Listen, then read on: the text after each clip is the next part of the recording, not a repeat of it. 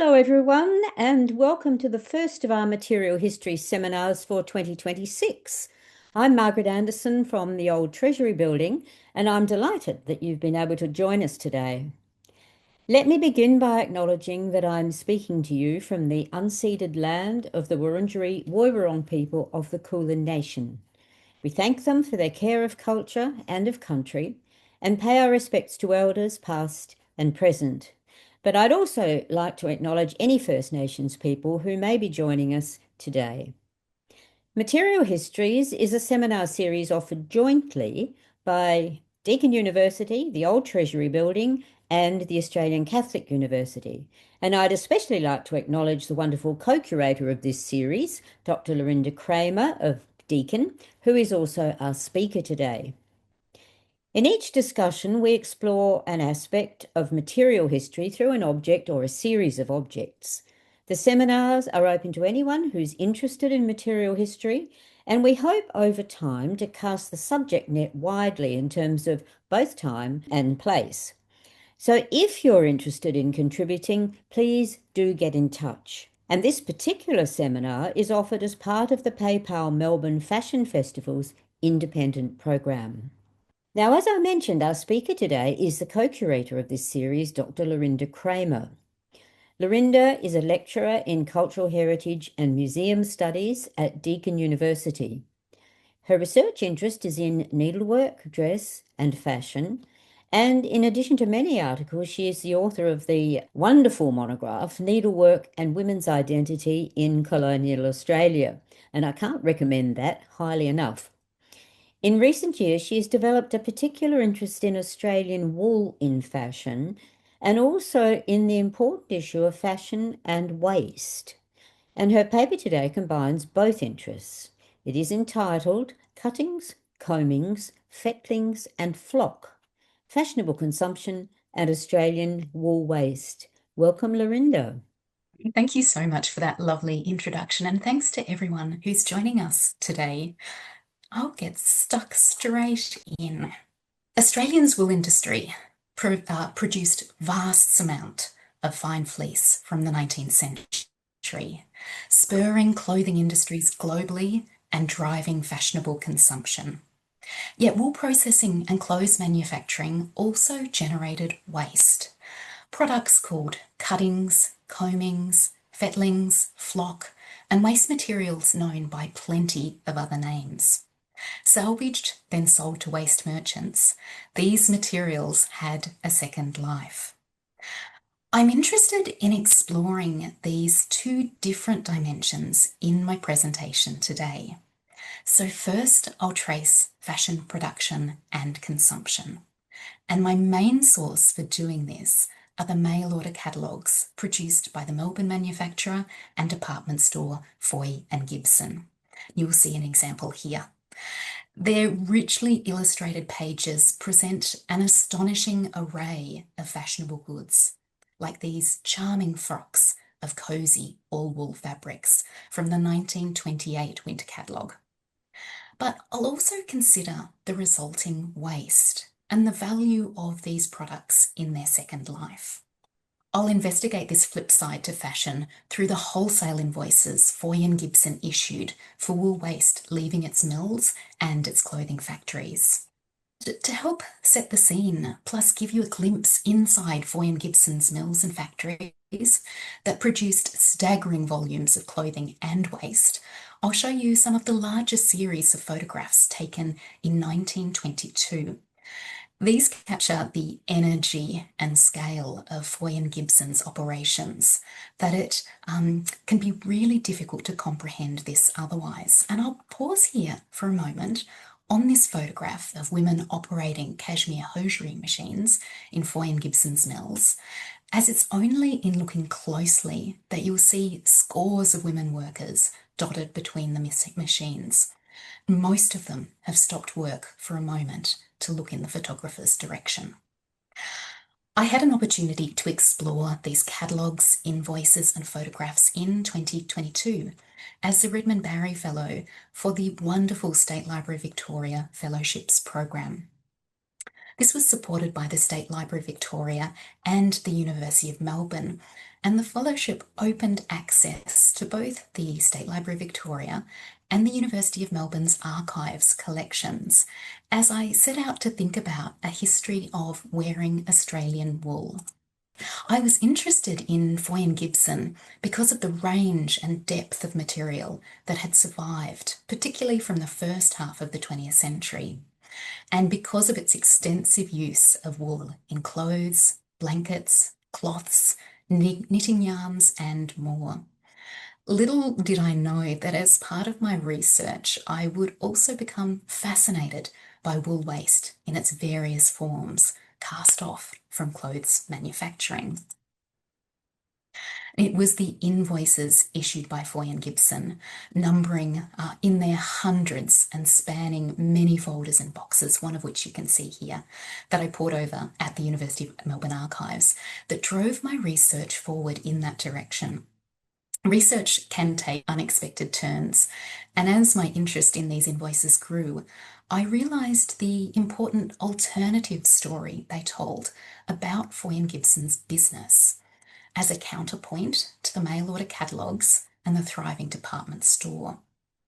Foy and Gibson's production of clothes sold from its flagship Smith Street store, then in other stores across Melbourne, including the prime location at the corner of Burke and Swanson Streets, as you'll see here, and other cities across Australia, was only a small part of the picture. Its potential to also sell products categorised as waste. To give you one example, in January 1919, in this invoice here, Foy and Gibson issued this invoice to the waste merchant Peacock and Sons, a business located in the neighbouring suburb of Abbotsford.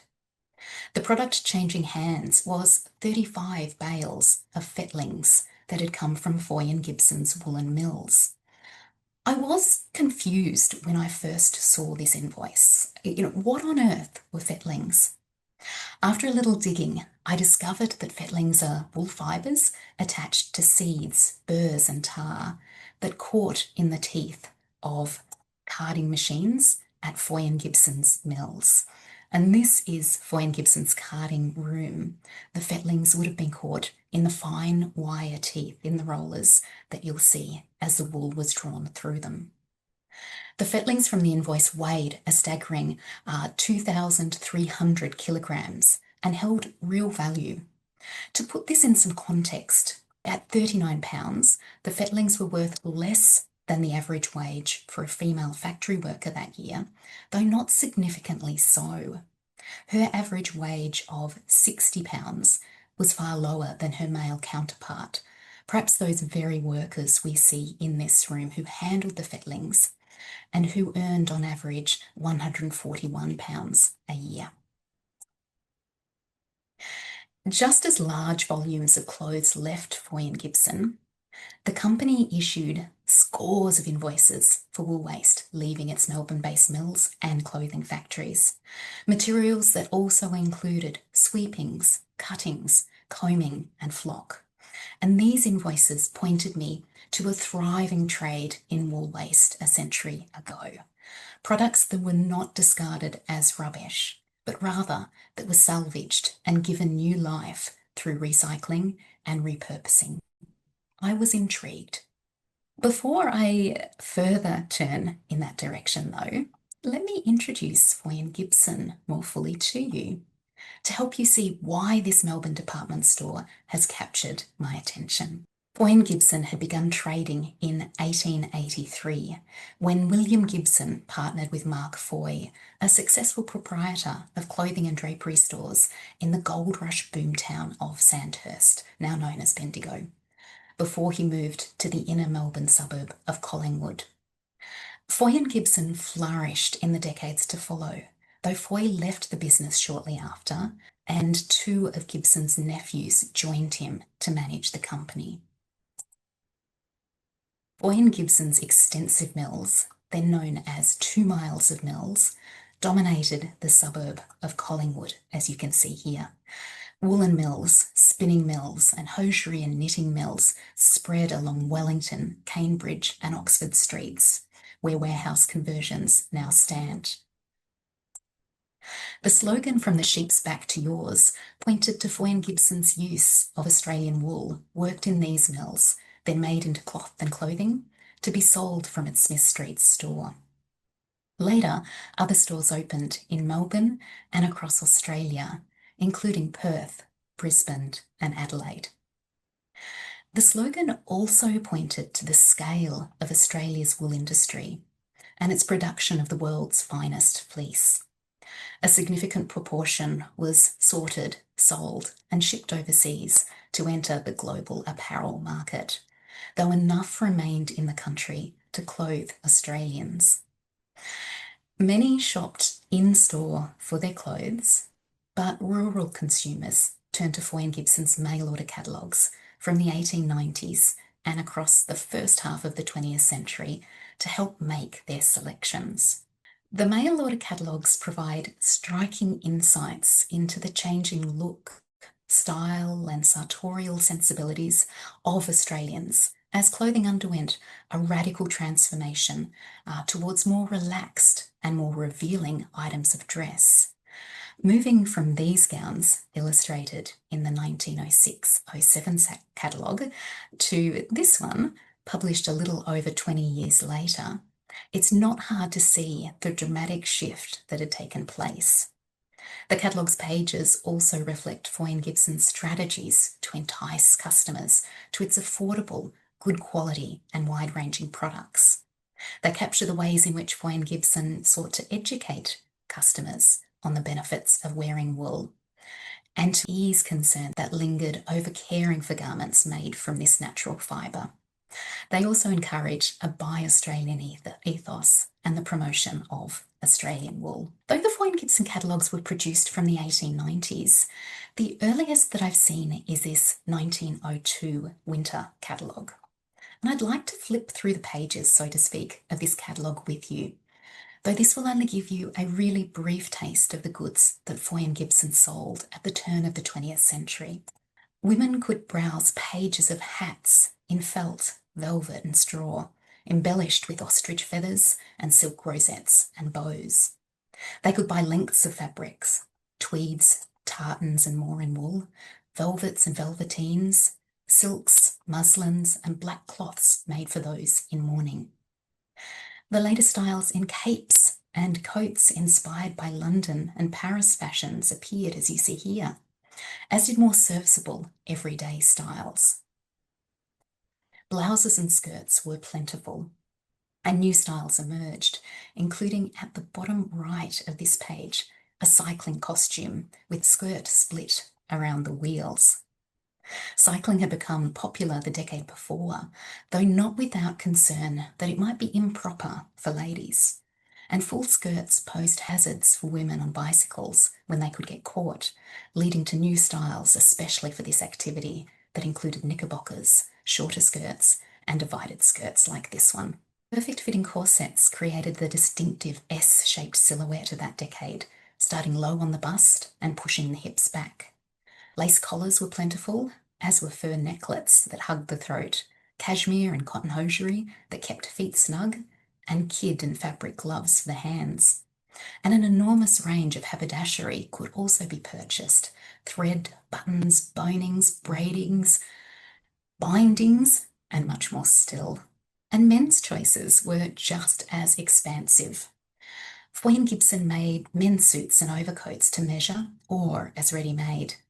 Tailor-made remained preferable for many men this decade, though Foy and Gibson assured customers that in its ready-made clothing, strict attention was paid to the fit and the styles are up to date. Braces, belts and gloves for evening wear in silk and in leather for walking or driving appeared in the pages. So did an array of stiffened, detachable collars and shirt fronts, and this range of collars, of varying heights and folds, would grow even larger in years to follow. One of the styles was named Melbourne and another Masher, presumably after the fashionable young men of that name in England in the late 19th century. The range of collars could be worn with a choice of neckwear, ties and bows of varying shapes, widths, lengths, colours and patterns. Collar studs, tie studs, and cufflinks were plentiful. So were handkerchiefs in linen, lawn, and silk. Outfits were topped by felt hats with square or round crowns and different with brims. There were also caps in tweed for golf and cycling, or smoking caps for relaxing at home. But those who've heard me speak about Foy and Gibson before will know that woolen underwear and woolen swimsuits have dominated much of my thinking. Woolen undergarments held a distinctive place in the catalogues, guiding Foy and Gibson's customers in how to think about wool, given the direct contact between fibre and flesh. The page of this 1902 catalogue lists a range of pure, natural wool underwear available that year for women, including bloomers to the knee that you'll see in the top centre, Spencer bodices with their long sleeves that buttoned up the front, which is over on the left, and all-in-one combinations. I'll move from that 1902 catalogue now to a later one. This is from 1924. In which the women stripped to their Gibsonia vests, knickers, or combinations appeared in languid poses. Backdrops hinted at a lush interior with soft cushions on which these women relaxed. If you look on the text on this page, you'll see that these garments are, rightly, the healthiest to wear. Despite the illustration's emphasis on ease, a growing interest in physical culture for women, in fact, now encouraged activity and movement as part of a new ideal of the beautiful, healthy body.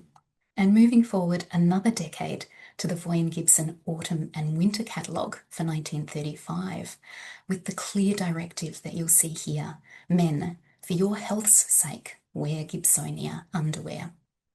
It pointed to Foy and Gibson's brand of pure wool singlets, underpants, and union suits, all-in-one underwear that hugged men's bodies from neck to ankle. What's striking about Foy and Gibson's catalogues, and these examples that I've shown you, but also many, many more, is how good health for all customers meant wool's regulating properties that kept the body at an even temperature so as to avoid chills or overheating. But it wasn't enough to simply purchase woolen underwear. Keeping it clean as underwear was worn and reworn directly against the skin followed. Transformations in public health and medicine in the 20th century sparked shifting concepts of personal hygiene.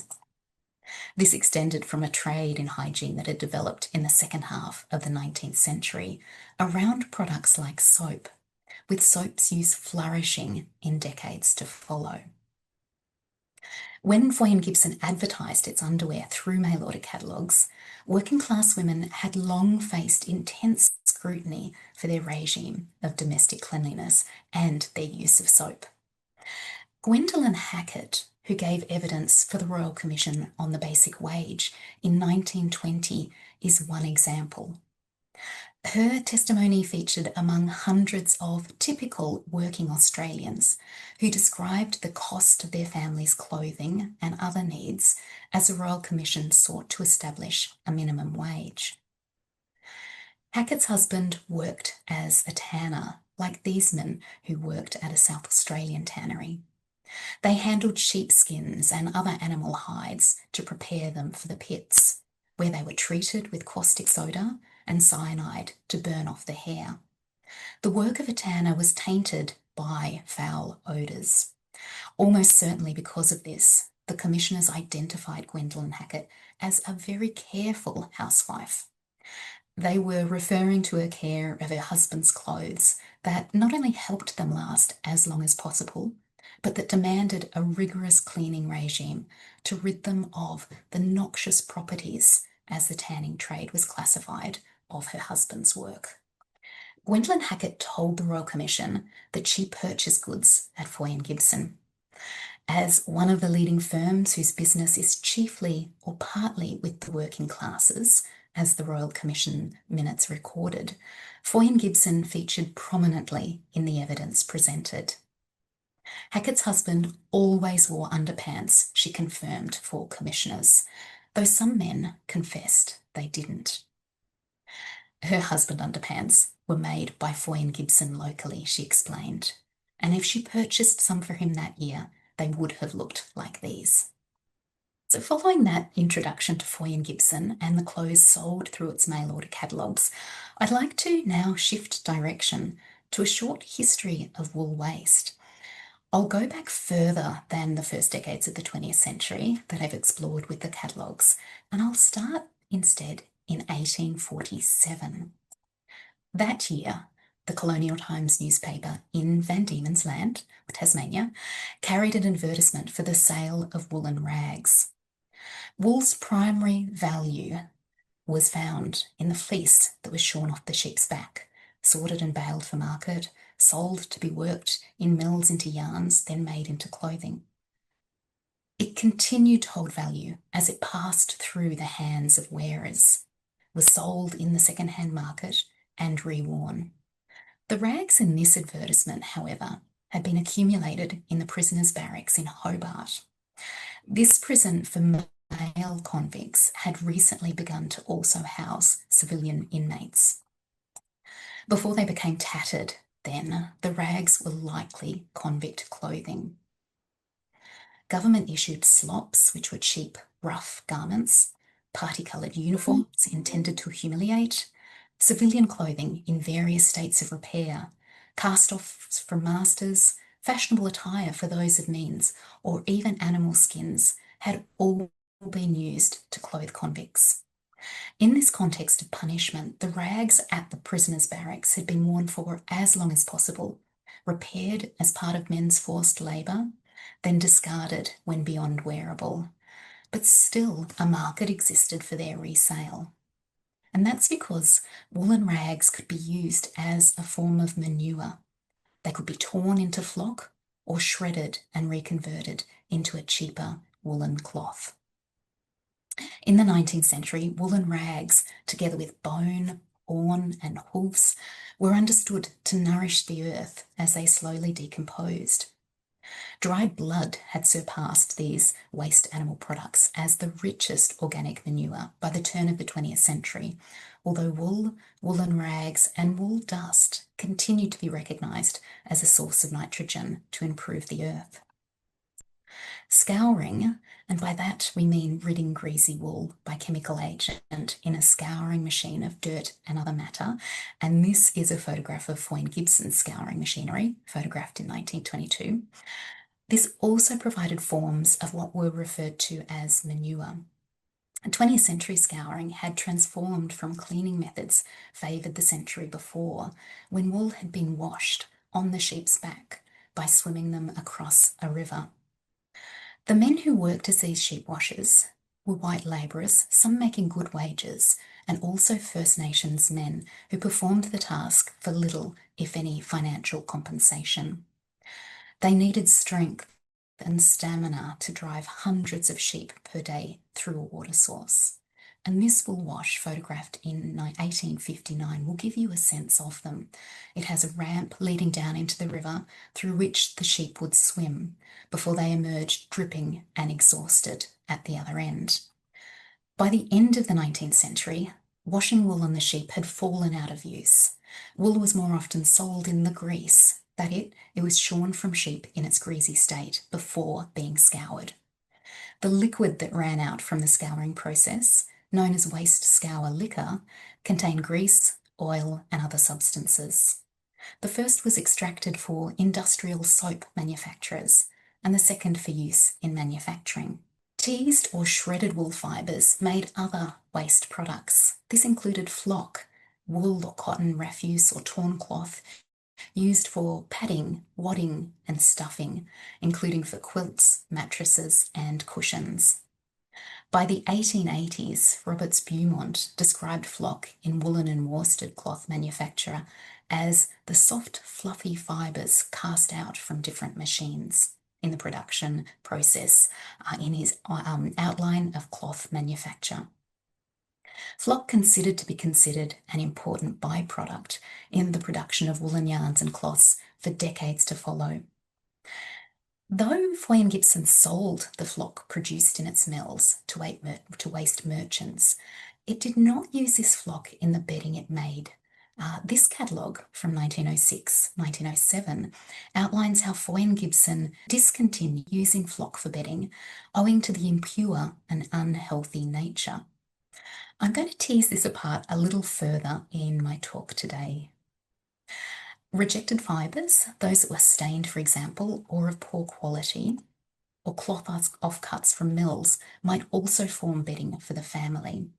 Examples of offcuts, if you look very closely at this photograph, are scattered across the floor of Foy and Gibson's whitework and underclothing section. Some flock was blended with shoddy and mungo. The thriving shoddy and mungo industries that developed in Britain's West Yorkshire in the first decades of the 19th century then spread to North America and formed the most visible reclaimed, recovered, and reprocessed wool industry. Not a single thing belonging to the rag and shoddy system is valueless or useless, Samuel Jubb explained in his History of the Trade, written in 1860. Though closely related, these two products were differentiated from the nature of the recycled materials from which they were made. So shoddy was the term given to soft woolen rags, such as worn old carpets, flannels, stockings, and similar fabrics. Mungo, on the other hand, it did use pre-worn cloth too, in its worn-out broad or similar cloths of fine quality, but it also used unworn shreds and clippings of cloth. When shaken, sorted, shredded, and then mixed with new wool, shoddy and mungo manufactured a new, though cheaper, generation of cloth. Clippings and other offcuts from wool manufacturers and mills held a different inflection from the old, used woolen rags. Unlike pre-worn waste, these materials were considered fresh. There's wealth in wool waste, a writer using the pseudonym Sparax proposed in Queensland Country Life in 1935, and you'll see it here, pointing to fresh waste. The writer was referring to this hidden, though extensive trade carried on in wool wastes, particularly tailors and hosiery clippings, thread waste from knitting mills, and other materials, of which few Australians seemed aware. Fresh waste formed a large part of Foy and Gibson's waste trade, so that Sparax may very well have been speaking of the company when the writer noted that a Melbourne firm has been exploiting the waste market for many years. By the early 1920s, Foy and Gibson's mills had grown to the biggest of their kind in the Commonwealth. A great army, as Foy and Gibson's promotional booklet called its workforce, made up of the cleverest and best of Australia's intelligent young people, that's a quote from one of their promotional booklets, operated these expansive mills. This great army was divided along gender lines. Foy and Gibson's mills and clothing factories replicated the persistent structure of Australia's textile and clothing industries. Male workers performed skilled or heavier work.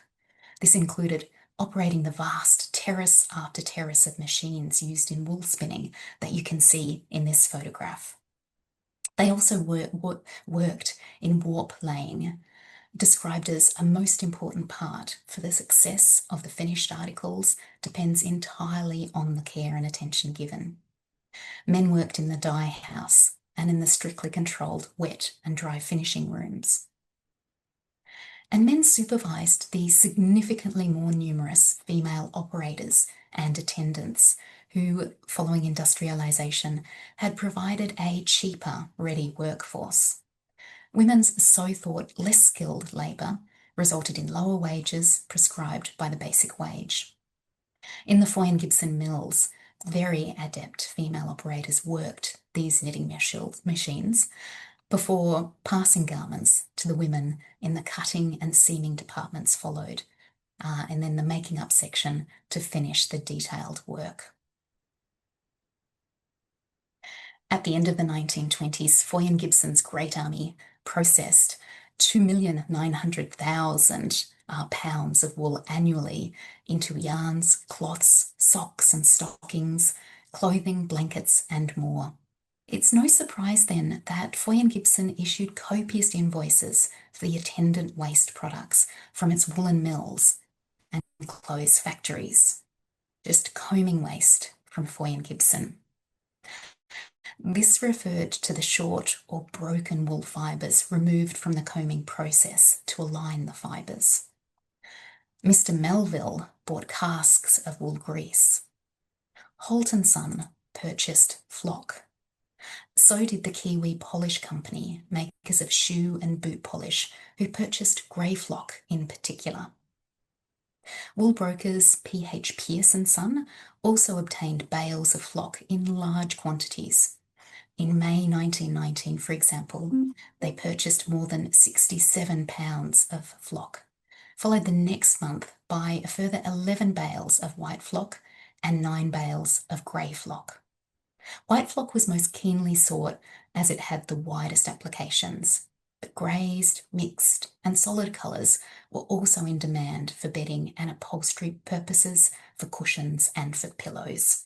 F.S. Holt bought sweepings plus a range of cloth cuttings, variously described as mixed cuttings, coloured cuttings, cheap wool cuttings, or best wool cuttings, with the cloth cuttings scattered here across the workroom floor, perhaps some of those that made their way to him. You can see them just in between the women working. Those cuttings might also have come from men's suits or overcoats, like these that featured in the Foy and Gibson catalogues when F.S. Holt purchased his cuttings. They might have come from this range of women's sports coats, many made from Gibsonia wool. Or they might have come from the cuttings from Gibsonia tweed, used to make these outfits in the straight lines and belted styles fashionable that decade. If the cuttings did, this is what Holt would have purchased as his best wool cuttings.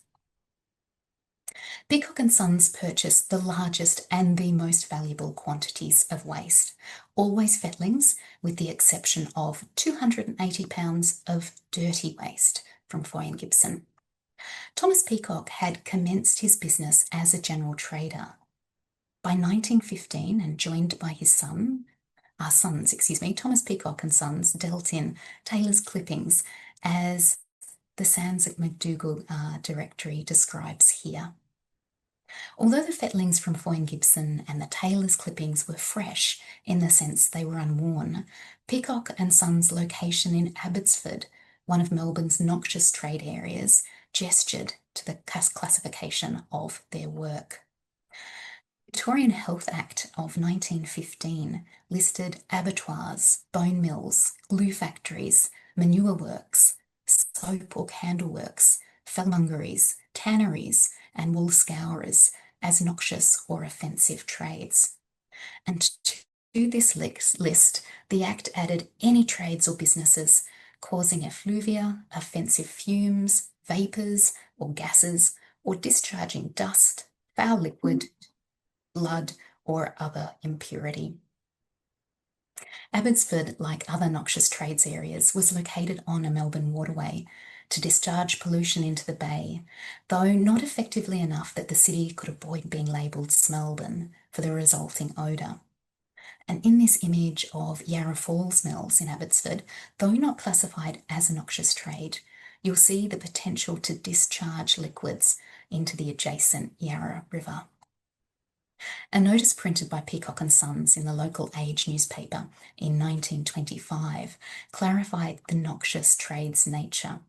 This notification was a requirement of all newly introduced noxious trades, giving the local community the opportunity to object to what could be pollutive operations or to the offensive smells that accompanied them. Peacock and Sons intended to apply for permission to carry out mungo manufacturing. Mungo manufacturing was environmentally pollutive, creating dust as machines tore materials to shred, though not as pollutive as other noxious trades that spewed foul gases or sludges from machines in the manufacturing process. Nor was mungo perceived as bodily pollutive as its close counterpart, shoddy, that had its origins in clothes that were previously worn and often worn to pieces by unknown and unknowable others, as Hannah Rose Shell describes. with these old cloths collected by workers known as rag and bone men. Because of this, some considered mungo to be a higher quality version of recycled wool, or what one Australian newspaper described as a healthier kind. Mungo was not as tainted with the potential for carrying diseases in the same way as shoddy. When swept from the factory floor or dusted off equipment, tailors' clippings and flock lacked the unsettling traces of other bodies by virtue of being unworn, unlike the alternative that this photograph hints at. Although mungo manufacturing was largely unacknowledged in Australia, that Peacock and Sons remained in business for decades reveals a viable trade. Peacock and Sons was described as a mungo manufacturer in the Melbourne Street Directories from 1925. And you'll have gotten the sense that one aspect of these so-called noxious trades, spurred by fashion, has really captured my attention, and that's the workforce, though really scant evidence survives. For Peacock and Sons, there's a tantalising advertisement seeking 6 men for waste rag collection. But another of Foy and Gibson's trading partners opens this door a little wider. David Galt, owner of Galt & Co., purchased cuttings from Foy and Gibson. Mantle cuttings, and a mantle is what we'd now call a woman's cloak. Wool cuttings, flannel cuttings, and more changed hands that Galt then converted into flock.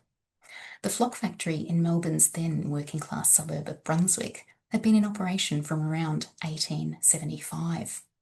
A new teasing mill was erected in the late 19th century to separate the fibres, at which time the factory housed a large stock of rags from which the flock was made.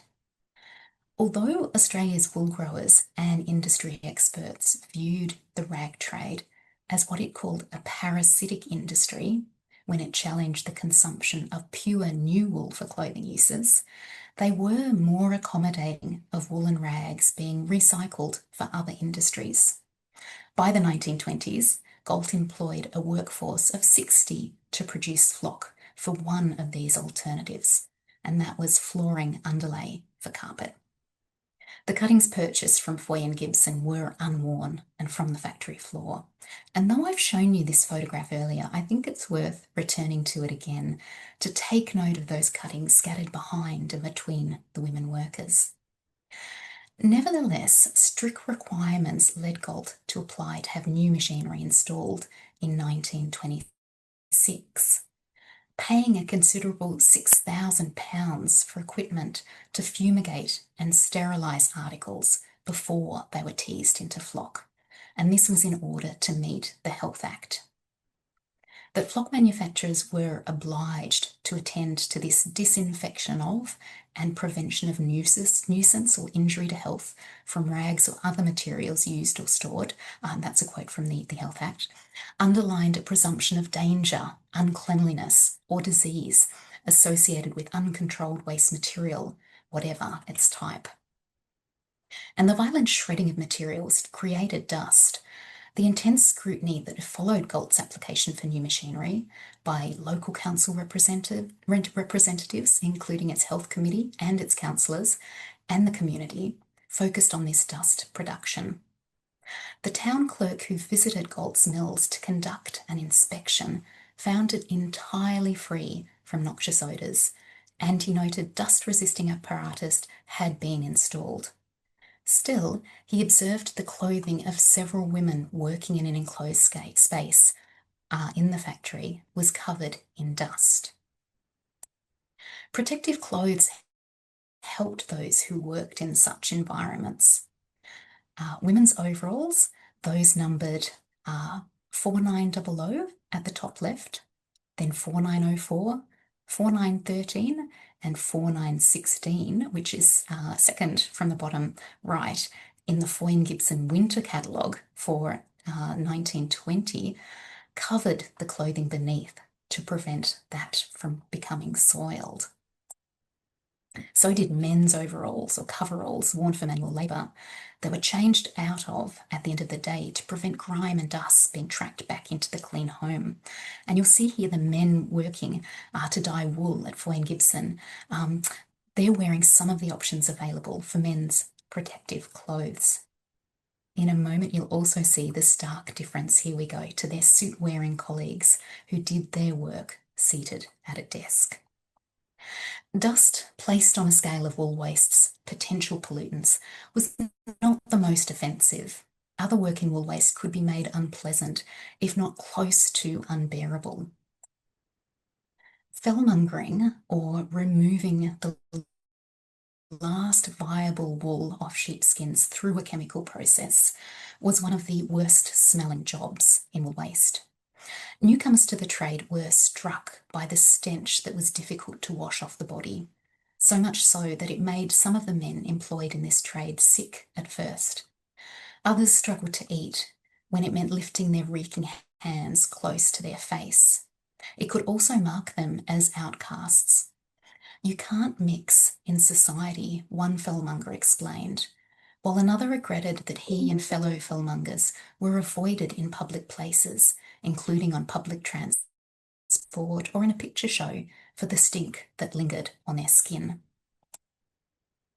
Wool scouring was not subject to the same strong odours, yet smells produced by the liquid discharged could be disagreeable. Distinct roles in the scouring process focused men's work on grading and feeding greasy wool into the scourers. You'll see some of those wool scourers here, and in managing the resulting scouring liquor. Women worked in the stages that followed. They refined the wool to erase any residual evidence of what might be considered dirty, included removing stained pieces by hand. And women continued to clean processed wool after its spinning and weaving. In what was called the burling process, they inspected woven cloth, in the grey, as it was called, before it's dyed, to remove any lasting vegetable fibres. In Foy and Gibson's mills, female examiners, as they were called, also minutely and thoroughly examined every inch of material, as a promotional booklet explained. It continued, not a single defect can escape their close eyes. Working with wool waste divided men's and women's labour into what was considered skilled or unskilled and what was considered heavy or light. It also separated the work of men who handled the greasy, unwashed fibre from the shearing shed. The process of transforming wool from its natural state into something pure used water and cleaning agents to strip the raw product of natural oils, accumulated dirt, and any shadow of disease. Men managed to dispose of wool byproducts, including the scouring liquor that ran out from the fleece. But when removed from its origins, wool grease or lanolin formed a base for products cast specifically as feminine. Waste products removed from the raw wool could be processed through extractive techniques, then applied to the face and the hands. Foy and Gibson's lanolin, a pure wool grease that could be massaged into the skin, appeared in the mail order catalogue among patent medicines including Vaseline, cod liver oil, and other creams and pastes in the first decade of the century. The gender-specific use of lanolin shifted in decades to come. Lanolin rendered women's skin soft and delicate. Although it possessed an odour, one Australian journal described how this was pleasant and weak without hinting at its animal origins.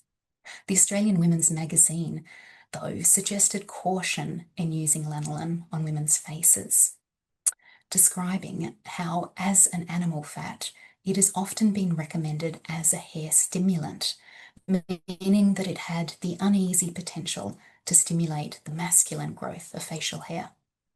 Yet its link to beauty and skincare solidified. Lanolin had popular commercial applications, particularly as the market for creams and cosmetics expanded with the developing mass market for beauty products and the new female beauty rituals flourishing after the Great War. Pond's dry skin cream, one of many lanolin-rich products available, was popular in Australia. And Pond's assured that the cream softened the skin by night and protected the skin by day. Or another advertisement for Pond's dry skin cream promoted its use on tense frown marks, on dry crow's feet, and peely patches, as you'll see here in this advertisement from the Australian Women's Weekly in 1954. Women owe more to the wool industry than its provision of yarn and clothing, a Weekly Times report reminded readers in 1949, on the basis that many of their cosmetics are derived from lanolin. So to end my presentation, I won't need to remind you that Foy and Gibson's trade in fashionable goods for men, women and children generated valuable waste products that were extracted from wool through processing, salvaged in the mills and factories that fashioned the natural fibre into cloth and clothing, and sold to waste merchants for recycling and reuse. Though some of these products had an unsettling association with the unclean, particularly because of the classification of certain noxious trades through which they passed, waste held real value. Pix magazine in 1953 described lanolin as white gold when it published this photograph of Joy Temby bathing her hands luxuriously in lanolin worth £200 per tonne.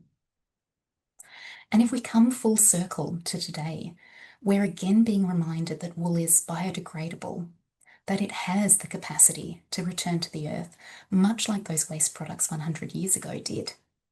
Exciting new research in Australia continues this trajectory. This includes the capacity for wool fibres to break down in marine environments. It also includes research by Woolmark into how long it takes wool clothes to biodegrade, around 15 weeks, according to climate and soil type, compared to 200 plus years for synthetics, after which microplastics remain. So I'm encouraged to think about wool fashions that might, after many years of wear, end as waste. And I see this in positive terms rather than negative, as the word waste generally applies, for our clothes to compost into the ground and leave little behind. Thank you so much. Lorinda, thank you for that. That was such a fabulous paper. Really, really interesting. Thank you. And not least, because we might all have learned some new words, I'm thinking. Cuttings, fettlings, flock. And these are words which now seem to have almost disappeared from the language. Have they disappeared, or when do they disappear if they have? Yeah, Maggie, it's a really good question. And I mentioned at the start of my paper, I was really confused when I first started to see these words cropping up again and again, and it was in those wholesale invoices for Foy and Gibson. It made me really quickly head to a dictionary to check what the definitions were. They were incredibly specific definitions, as I think you'll have gotten a sense in my paper. They're certainly still around today, but just not used with the same frequency that I think they were back then. I wonder if this has to do with the sense that these wool waste products, and I keep saying waste, which still feels to me like it's a negative kind of product, but actually they were so incredibly valuable. There was a real a positive aspect to the reuse, the recycling of these waste products. So I don't mean to cast them in negative terms. But I think there was such a drive to recycle. There was such a recognition of the value of these, that these words were just in use more frequently. Even thinking through sources like the Sands and McDougall, the street directories here in Melbourne, thinking about some of the trades that have come and gone. And Margie, I know yourself, you have done work into these lost trades here in Melbourne. What these trades were called, what they dealt in, has really changed significantly over time. So it's given me a whole new vocabulary actually to work with. And one of the other things I've been super excited by that I didn't mention today, but wool cloth, wool fashion itself also was described in the most remarkable, the most luxurious, lush, enticing, exciting ways across the decades that I've been talking about here, particularly the first half of the 20th century. Some of that was to do with the fact that it was seen a national duty to buy woolen products when wool was considered our national industry. But also, as the first half of the 20th century started to get closer towards the 1940s, the 1950s, that there was that sense of competition that started to emerge with the new synthetic fibers that were and would flourish really significantly from that time. It's been so interesting to think about the use of words and how they can entice or repel, how they can describe very specific, minute details that I think have long gone. Yes, indeed. Absolutely. Agreed. Um, we have a question, Lorinda, from Trish, who thanks you for the talk at the beginning and asked a question about wool washing. She said, I probably should know, but I would not have thought that washing sheep before shearing would actually scour them per se, but rather just make the wool cleaner. I think of being on Durham Downs Station in far western Queensland and seeing a wool scour machine there to make the wool lighter before it got carried away on camels. What's your understanding of that? Oh, Trish, hello. That is such a great question, and I've been surprisingly enraptured by wool scouring, this idea of running sheep through a water source in order to clean the wool before shearing. I mentioned that it was an incredibly dangerous job, both for the men, and it really was men, although there were female workers who worked these wool scourers too, of the wool washing, excuse me, but also very dangerous for the sheep. And unfortunately, there would be casualties on many days, depending on how much they'd eaten before they went into the river, for example. The process was, and I don't know whether you can remember the photograph, often there would be a ramp that led them down to, so I'm thinking a lot of the times it was into a river. They would then, the men would often hold big long poles and they would kind of push the sheep under the water. They would swim furiously and out the other side. They then left those sheep for, from memory, it's a day or two to let what was called the yolk rise, and that was to get that grease coming out of the wool, and then they would shear those sheep. It's yeah, it's a really technical process. It very quickly shifted towards the end of the 19th century, where it was recognised to be um, just as, or if not better, to shear the greasy wool and then scour it at that point. Yeah, yeah. And of course, the shearers wouldn't want to be shearing wet wool. That would be an awful No, thing. no. Absolutely wouldn't. It would be an awful thing. So hopefully that period in which they waited, the sheep would dry enough for them to be shorn. Yeah. Yes. Lorinda, do you have a sense of how long these waste industries continued? Do they Mm. still exist? No, and one of the really interesting things is that a lot of these warehouses, these factories that I've been talking about now, have become the most amazing warehouse conversions for Ah, very groovy apartments. So Foy and Gibson, of course, now has yes. some astonishingly beautiful apartments built in them. I mentioned a Brunswick flock maker, which is actually very, very close to me. That building has also been turned into a set of apartments. There, Ah, the Brunswick example that I gave you is an interesting one in the sense of, and this I think starts to think about how local communities thought about these particular industries. Uh, it was a very large employer of people in the local community, both men and women, but it was also really disliked by many of the community who saw this as dirty work, and that the pollution from the factory would enter their neighboring homes. So, and this was in the 20s, 30s. The flock business lasted until around about 1950, I think it was.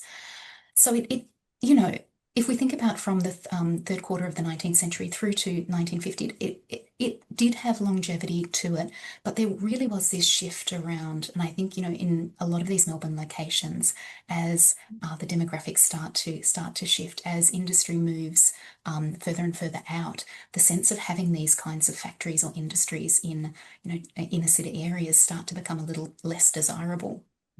Yes, yes. And of course, we're much more aware of the waste and how to dispose of it. But what happens to this Mm, waste now from clothing mm, factories and things? Yeah, it's a really good question. There are some places who are doing recycling at the moment. There's such interest. Australia's Clothing Stewardship Scheme, Seamless, are working with a lot of clothes manufacturers, designers to encourage circularity. I know that many people listening in will know this. So there is the sense that we need to reuse these waste products in different and in innovative ways. I mentioned at the end of my talk the research that's being done on how quickly and easily it is for natural Mm, fibers or cloths to break down if mm, they're buried in soil. So I mentioned 15 weeks, around 15 weeks for wool to be buried before it decomposes, which is really interesting. Linen mm. is faster, cotton is slower. So that's certainly perhaps one way of the future. But there's still that potential to recycle these various waste products. It does come down to expense now, but I think, there is that increasing appetite to keep clothing as circular as it possibly can be. We know that the government is pushing forward in this area. We know there's a lot of interest in having that full closed loop where waste products are reused for as long as they possibly can before they shoot out. And I should say at that point, they're probably called waste. But there's a lot of work, Margie, simply being done in this area at the moment. And I'm really looking forward to see where it heads. Yes, yeah, indeed. I feel we're probably out of time for today, but can I just repeat my thanks to our fabulous speaker today, Dr. Lorinda Cramer? That was just a fascinating talk, Lorinda. I learned a great deal, and I'm sure others did too. Um, I'd also like to thank the team behind Material Histories, and that again includes Lorinda and her colleagues at Deakin University. Katie Dunning at the Old Treasury Building, who manages all the tech expertly, and our colleagues at the Australian Catholic University. A special thanks also to you, our audience, and thank you for joining us and thank you for your questions today. Now, the next seminar in the Material History series will be held at the same time on Friday, the 8th of May, and it's a very intriguing topic. Lorinda, I think you're going to chair this one, aren't you? I am. Belief, magic, and the supernatural, the power of objects. I can't wait for that one.